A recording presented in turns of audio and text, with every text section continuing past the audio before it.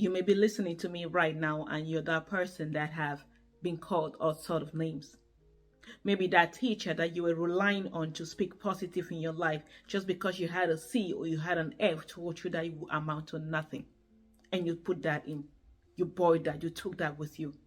Maybe your parents, they called you stupid, they called you an idiot, or they say you're a good for nothing child. And you put that in you. Maybe your loved ones, the people that you thought that would shelter you, the people that you thought that would protect you, will cover you, are the ones exposing your weaknesses. They're the ones labeling you names that you know for a fact that you're not, but then you internalize it. Hello ladies, hello gents, thank you for being here today. My name is Muriel Skender and you know that I do not take your presence here for granted. Notice that name, Muriel Skender, because on today's video guys, we are going to be talking about names. What name do you identify as? What name are you being called? What name do you want to be called? But before we dive right into this video, if you're new here, welcome. If you've been here before and you haven't yet subscribed, please go ahead and hit that subscription button and also hit the notification bell. That way you know when we have new uploads. Also share this video with your family and friends so that they can come to know what we're doing here on this channel. Let us dive right into this.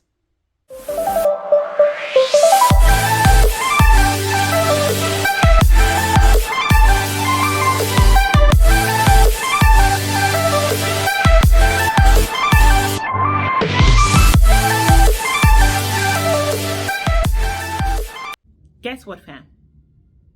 Something happened yesterday that was really disheartening, and that is what actually brought our topic for today.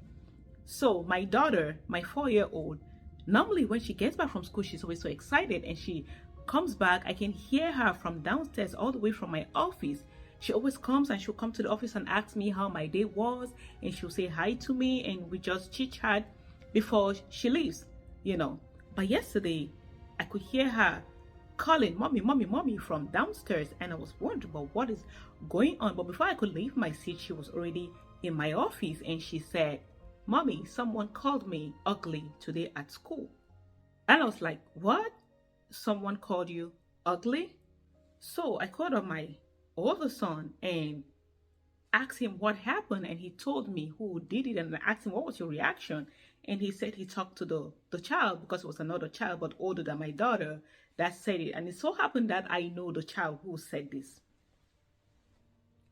But then what was so profound is that even though the name calling hurt my daughter, it didn't change her perception about herself.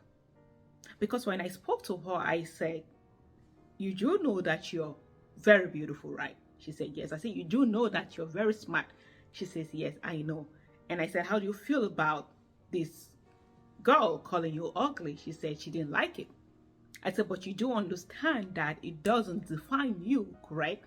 She said, "Yes." And she jumped up and she was happy again. But this is because I have instilled into them, I try to make them understand their value. I try to make them know that if anyone says bad things to you, if someone comes to you and insults you, it is never about you. It's about their own insecurities that they have within them. That is why they're trying to project that onto you. I teach them that earlier on, so that as they grow older, it doesn't depart from them. Why am I telling you this today? Because many of us, as grown-ups, we are still holding on to the names that people called us before.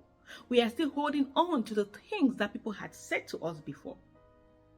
But we forget to understand that those things that those people said to us, it was not really about us. It was about their own limitations, about their own insecurities. Coming back to why I said pay attention to the name Muriel Skender. That is my name. That is a name that my mom gave to me when I was born.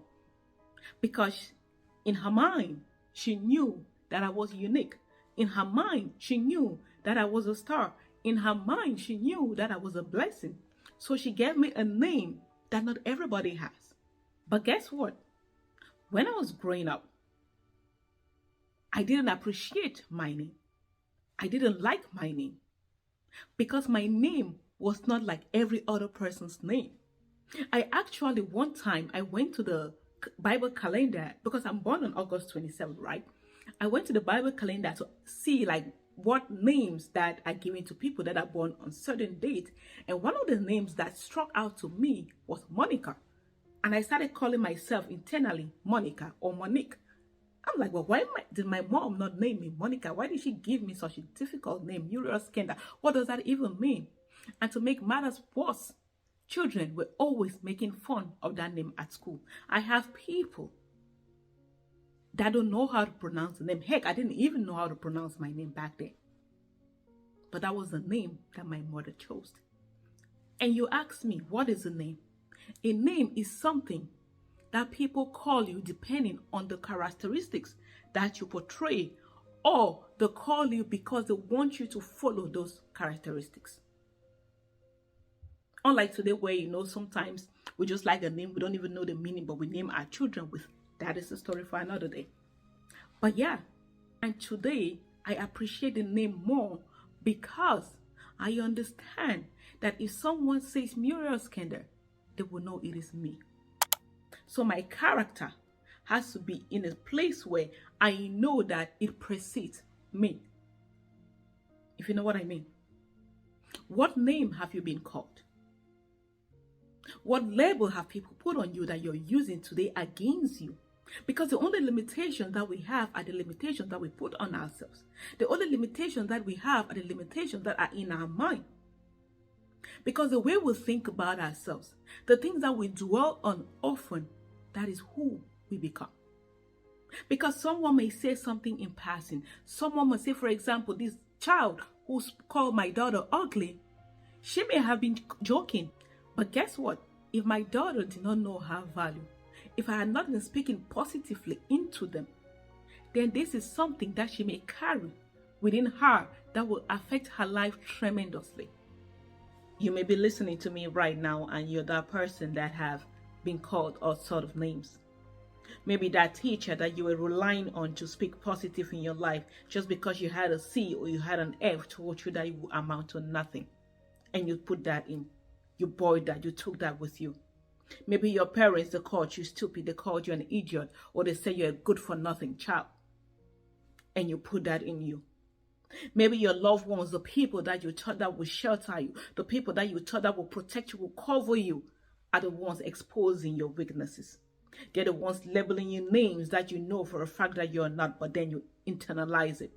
Maybe your boyfriend, your girlfriend, your spouse, or your ex, or somebody that you care deeply for, is the one labeling you, is the one calling you ugly, or heck, they even call you stupid, or whatever name that you're giving you. But don't let that stop you. Let that not be something that will make you not become who you're supposed to become. Because this is a time where you need to use your shame for fame. You used to use your shame as something that will make you become great because you're destined for greatness. Whose voice is in your head? Ask yourself that question. Who is speaking to you?